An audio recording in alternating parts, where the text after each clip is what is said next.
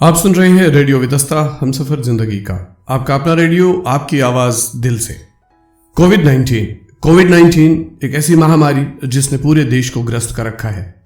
इन हालातों में हमारी कोशिश है कि जो एक्सपर्ट है, जिन्होंने पूरी जिंदगी इसी पेशे में लगाई है, उनसे हम कुछ जाने और उनसे हम कुछ सीखें किस तरीके से हम इस मुश्किल दौर को पार करें। इसी श्रृंखला में Ramesh Maratha, senior broadcaster all India radio, ने आग्रह किया डॉक्टर के.एल. चौधरी जी को, जो इस समय अमेरिका में है, उनसे आग्रह किया कि आप हमें इसके बारे में जानकारी दें ताकि हम इस मुश्किल घड़ी को पार कर सकें। आइए सुनते हैं डॉक्टर के.एल. चौधरी जी क्या कहते हैं। ऑल इंडिया रेडियो के सीनियर ब्रॉडकास्टर श्री रमेश मराठा जी ने मुझसे फ़ोन पर निवेदन किया कि मैं कोरोना महामारी के बारे में, जो जिसने सारे जगत में जो फैली है, उसके बारे में कुछ अपने विचार अपने देशवासियों के सामने रखूं, ताकि उनको थोड़ी बहुत जानकारी भी लगे, उनकी आशंकाएं दूर हों, जो लोगों के मन में कुछ गलतफहमियां हैं, मिसअंडरस्टैंडिंग है, वो दूर हों। क्योंकि मैं आजकल अमेरिका में हूँ, मैंने ये रेडियो टॉक रिकॉर्ड किया है जो मैं आपके सामने पेश कर रहा हूँ। नमस्कार। कोरोना पेंडेमिक जो है महामारी, जिसने सारे दुनिया को घेर लिया है, ख़ास तौर पर हमारे देश को पूरा घेरा है। इसका जो वायरस है, ये हमारे मुल्क के ऊपर एक साए की तरह मंडरा रहा है, जिसको हम मौत का साया कहते हैं। प्रतिदिन 3.5 लाख लोग संक्रमित हो रहे हैं और प्रतिदिन 3000 से भी ऊपर लोग स्वर्गवास होते हैं। लगता है कि और ज़्यादा लोग मर रहे हैं, मगर उनका जो काउंट है वो पूरा पता नहीं लगता है। लोग नहीं चाहते कि उनके जो रिश्तेदार हैं जो मरते हैं, उनको कोरोना की लेबल लग जाए, ताकि वो उनका क्रियाकर्म दाह संस्कार कर सकें। क्योंकि अगर कोरोना होगा तो मुश्किल होगा। ये जो मर रहे हैं लोग, अगर यही जो रेट रहा, यही रफ्तार रही, तो फिर देश का क्या होगा। अगले 2-3-4 महीने में ही पता नहीं कितने लाखों लोग मर जाएंगे। तो आजकल पता है आपको, अस्पतालों में जगह नहीं है, और अस्पताल खुल रहे हैं, टेंटों में खुल रहे हैं, वहाँ पर पूरी सुविधा नहीं है, ऑक्सीजन की कमी है। समझो हमारा सारा देश ऑक्सीजन की कमी से जूझ रहा है। अगर हम ऑक्सीजन ही एक चीज़ है जो जान बचा सकती है, जिसको हम लाइफ सेविंग एजेंट कहते हैं। अगर जो ये कोरोना का मार्च चल रहा है, जो ये इसकी रफ्तार है, अगर इसको हम रोकेंगे नहीं, बहुत ही कायाकल्प होगा। क्या हम कुछ कर सकते हैं जो आम देशवासी हैं? क्यों नहीं। ये सारा हम पर ही निर्भर है। अगर हम कुछ संयम रखें, स्ट्रिक्ट डिसिप्लिन रखें और अपने आप पर काबू रखें, अपने होश हवास, तो हम इसको रोक सकते हैं। मैंने एक 7 स्टेप फार्मूला इसका सोचा है, जिसको कहते हैं, जिससे हम इस कोरोना को रोक सकते हैं। पहला हम क्या कर सकते हैं, अपने अपने घरों में रह सकते हैं। जैसे वो रेशम का कीड़ा है अंदर बैठा है, हमें उसी तरह बैठना है। मगर हमें क्या करना है फिर घर पर बैठ के? अगर हम मायूस रहें, दुखी रहें, फिर कुछ नहीं होगा। हमें अपने आप को संभालना होगा, अपना काम घर पर करना होगा, घर पर अपने माँ बाप की हेल्प करनी होगी, घर का काम करना है, खुश रहना है, आपस में अच्छी तरह बात करनी है घर वालों के साथ। अपने अपने कमरे ले लो, अपनी अपनी जगह ले लो, अपने आप को एंगेज करो अच्छी तरह। आजकल क्रिएटिव गेम्स होती हैं जो आप ऑनलाइन कर सकते हो, ऑनलाइन काम भी कर सकते हो। जितना भी आप सोशल मीडिया पर होते हो, मगर उसमें क्या होता है, सोशल मीडिया में बहुत कुछ मिस इन्फॉर्मेशन और डिसइन्फॉर्मेशन फैलती है। उस पर आप ध्यान मत दो। सोशल मीडिया वही रखो जो क्रिएटिव हो, आप उसमें अच्छी बात करें और कुछ सीखने का इंतज़ाम करें, वो अच्छा हो सकता है।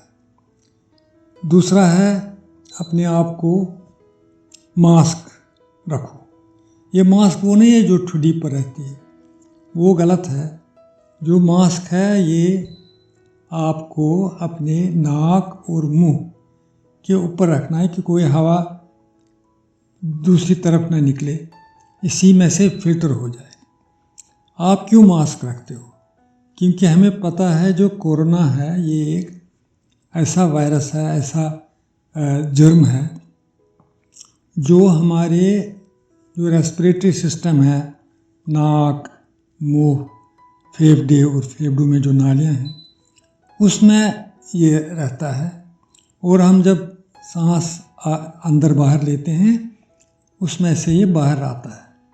हवा में छोटे छोटे पार्टिकल्स होते हैं जो हमें नज़र नहीं आते, उनमें ये वायरस रहता है। अब जितना आप किसी के सामने रहोगे, उतना पॉसिबिलिटी है कि अगर आप एक मरीज़ है जो इन्फेक्टेड है, उसके सामने बैठोगे तो वो पार्टिकल्स आपके हवा में जाएंगे, आपके हवा की नाली में।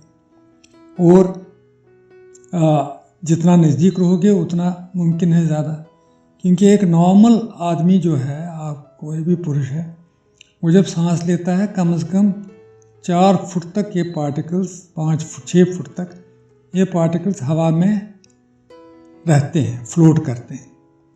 तो जो भी सामने होगा वो भी उनको इनहेल करेगा, इन्हें अंदर लेगा। उसको रोकना है।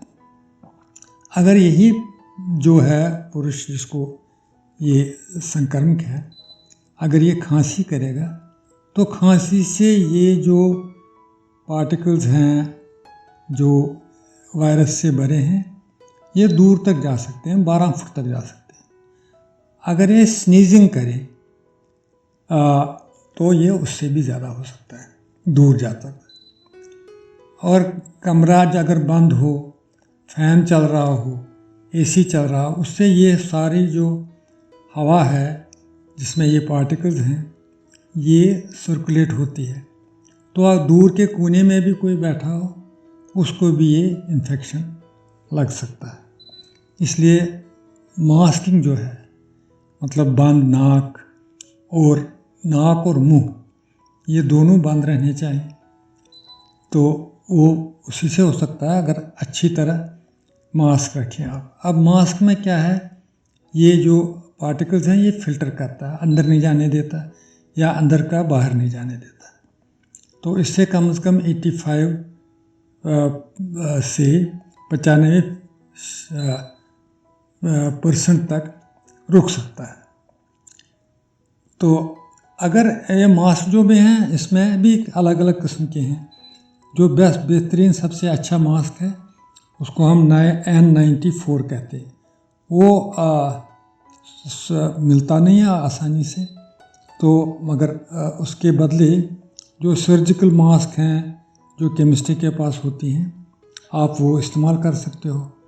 और अगर किसी को ज़्यादा प्रोटेक्शन की ज़रूरत है, डबल मास्क रख सकते हो, 2 मास्क हैं इकट्ठे, एक के ऊपर दूसरे, ज़्यादातर जो लोग ऑफिस में जाते हैं, बंद कमरों में उनकी मीटिंगें होती हैं, डबल मास्क लगाओ। अगर सर्जिकल मास्क नहीं मिलता, अगर N94 नहीं मिलता, सर्जिकल मास्क एक के ऊपर दूसरा रखो। अगर मास्क कहीं भी नहीं मिलता, आप घर पर खुद बना सकते हो। कॉटन का कोई फैब्रिक ले लो, उसको फोल्ड करो 2-3 बार अच्छी तरह। घर में हमारी जो लेडीज़ हैं वो बहुत ही काबिल हैं, वो घर पर बना सकते हैं सुई धागे से, या आप दर्जी से बनवाओ। तो ये जो होममेड मास्क हैं ये भी बहुत अच्छी हैं, 80% ये भी रोक सकती हैं। मगर यही देखना है कि जब भी आप मास्क करो, ये ठुड्डी के ऊपर नहीं रखनी है, ये पूरा नाक और मुंह दोनों बंद होने चाहिए। सबसे ज़्यादा मास्क की ज़रूरत है जब आप ट्रैवल करते हो, सफ़र करते हो, चाहे जहाज़ हो, ट्रेन हो, बस हो, या किसी जगह कोई मीटिंग हो, ऑफिस में हो, दुकान पर हो, इन सब को मास्क करनी चाहिए। क्योंकि या आपके घर कोई डिलीवरी देता है, दूध लाता है, सब्ज़ी लाता है, अमेज़ॉन के पैकेट आते हैं जो आप ऑर्डर करते हैं, उनको देखो वो मास्क रखें। उनको जब आप जाओगे ये चीज़ें कलेक्ट करने के लिए, आप अपना मास्क ज़रूर रखना, उसके बगैर कोई चारा नहीं है। मास्क ही एक इलाज है।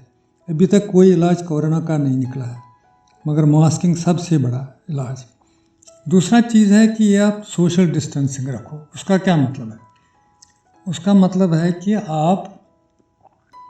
जब आप किसी से बात करते हो कोरोना पेशेंट के साथ, उसको वो खुद अपने कभी नाक में हाथ लगाता है, कभी आँखों में लगाता है, कभी मुंह को उंगली लगाता है, वो उंगली फिर किसी दूसरी जगह पर बैठती है, या जब वो खांसी करता है, बात करता है, जो दाएं बाएं चीज़ें हैं उसके, टेबल है, किताबें हैं, उन पर ये जो वायरस है डिपॉजिट होता है। तो उनके हाथों में भी इन्फेक्शन होता है, क्योंकि वो खुद अपने हाथों को कभी मुंह कभी नाक में लगाते हैं। पता नहीं होता, ये खुद ही मतलब आदमी बिना सोचे समझे ऐसा करता है। तो आप उसके साथ हैंडशेक करोगे तो आपके हाथ में भी इन्फेक्शन हो जाएगा, या उसकी कोई चीज़ को आप छुओगे तो उसमें आपको इन्फेक्शन लगेगा।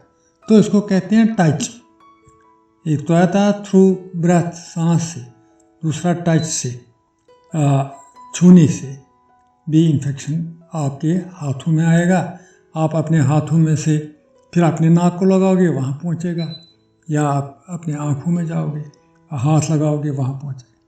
इसका मतलब है कि आप अगर अपने हाथों को धो लोगे, वो इसको कहते हैं, हम आजकल डिटर्जेंट्स लाते हैं, बाकी चीज़ें लाते हैं जिनसे धोते हैं। सिंपल साबुन के पानी में 15-20 सेकंड कम से कम अपने हाथों को अच्छी तरह धो लो, तो ये वायरस उससे ख़त्म हो जाएगा। तो सोशल डिस्टेंसिंग में यही है कि जब आप किसी के पास हो, सामने हो, कम से कम 6 फुट की दूरी पर जाओ। दुकान पर जाओगे तो 6 फुट की दूरी पर रहो, और किसी के साथ हाथ मत लगाओ। दूर से ही, जैसे हम ट्रेडिशनल नमस्ते करते हैं, उसके बराबर और कोई चीज़ नहीं है। वो बेस्ट चीज़ है किसी को ग्रीट करने के लिए।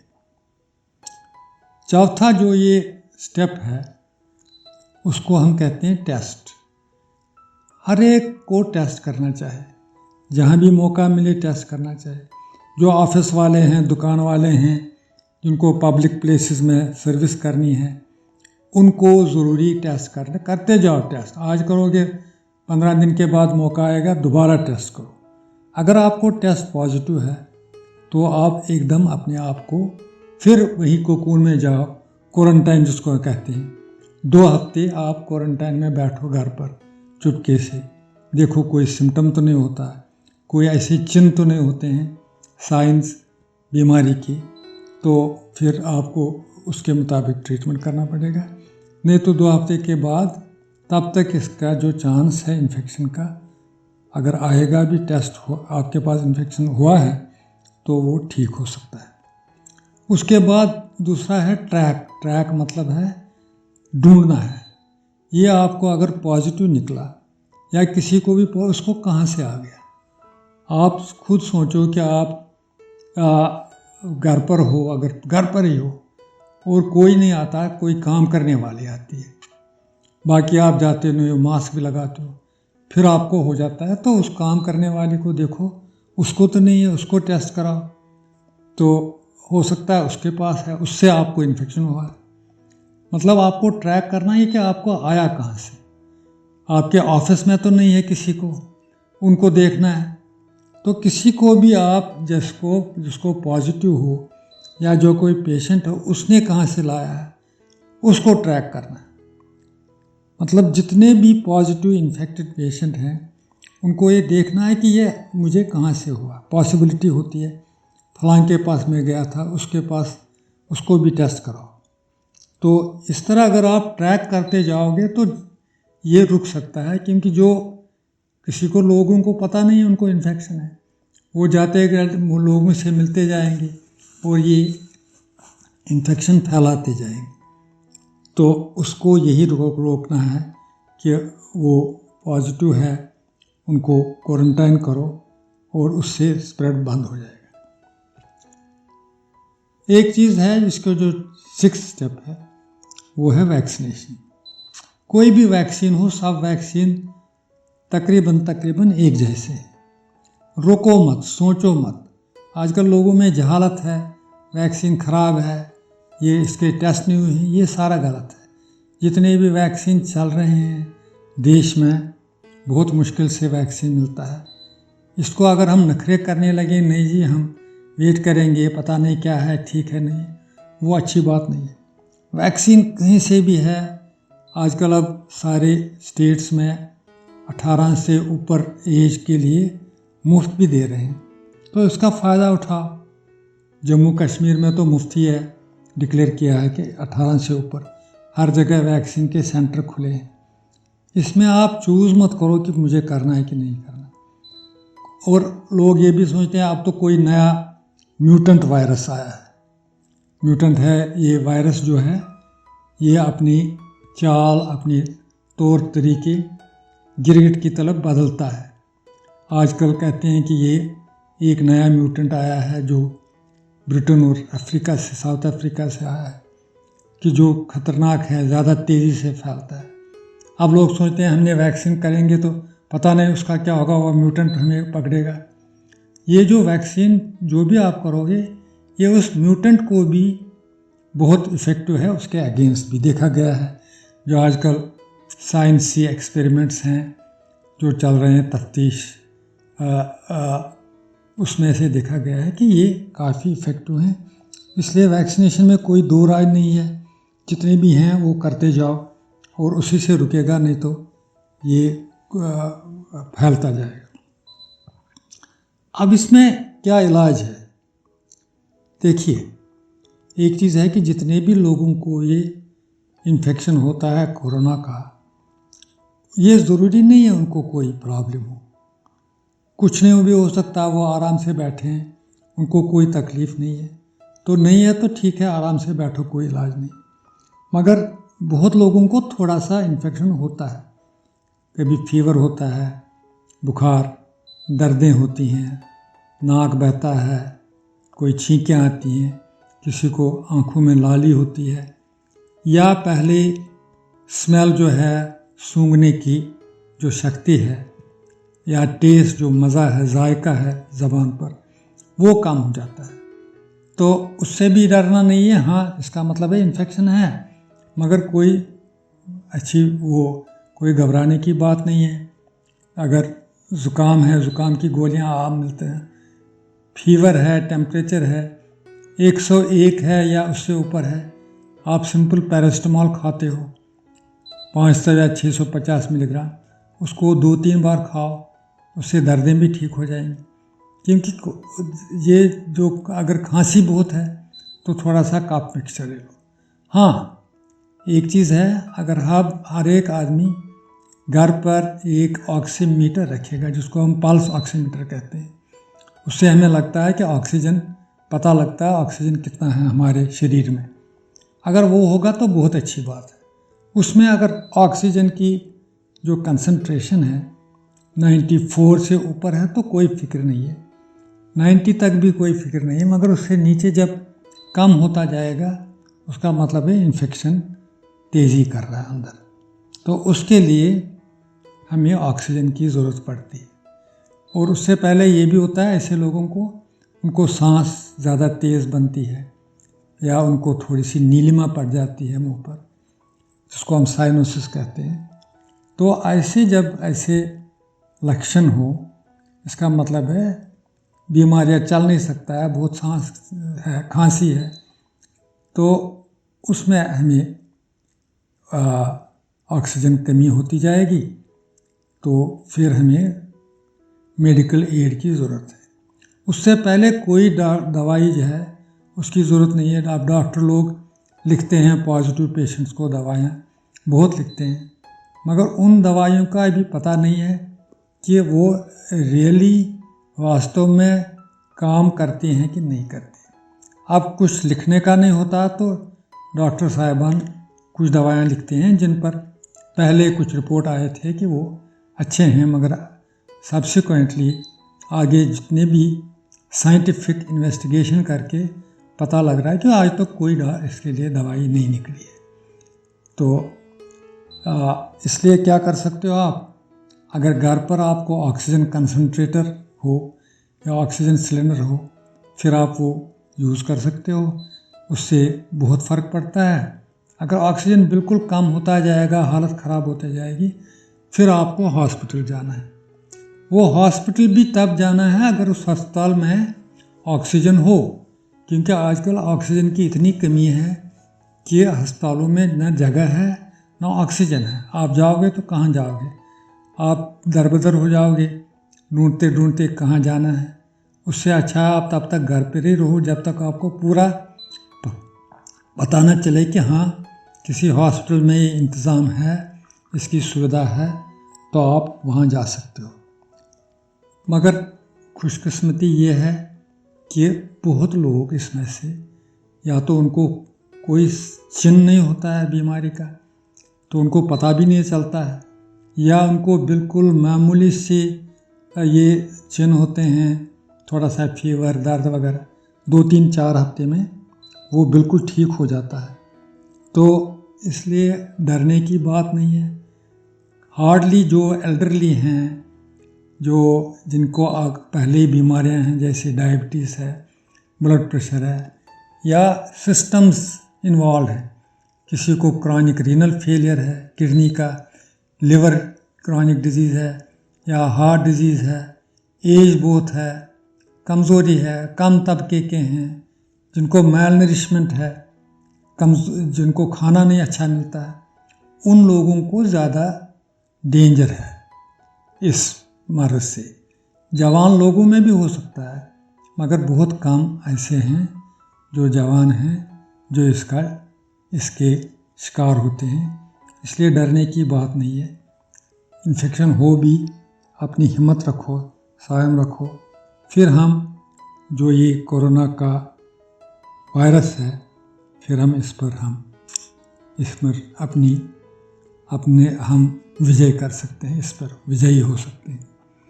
नमस्कार।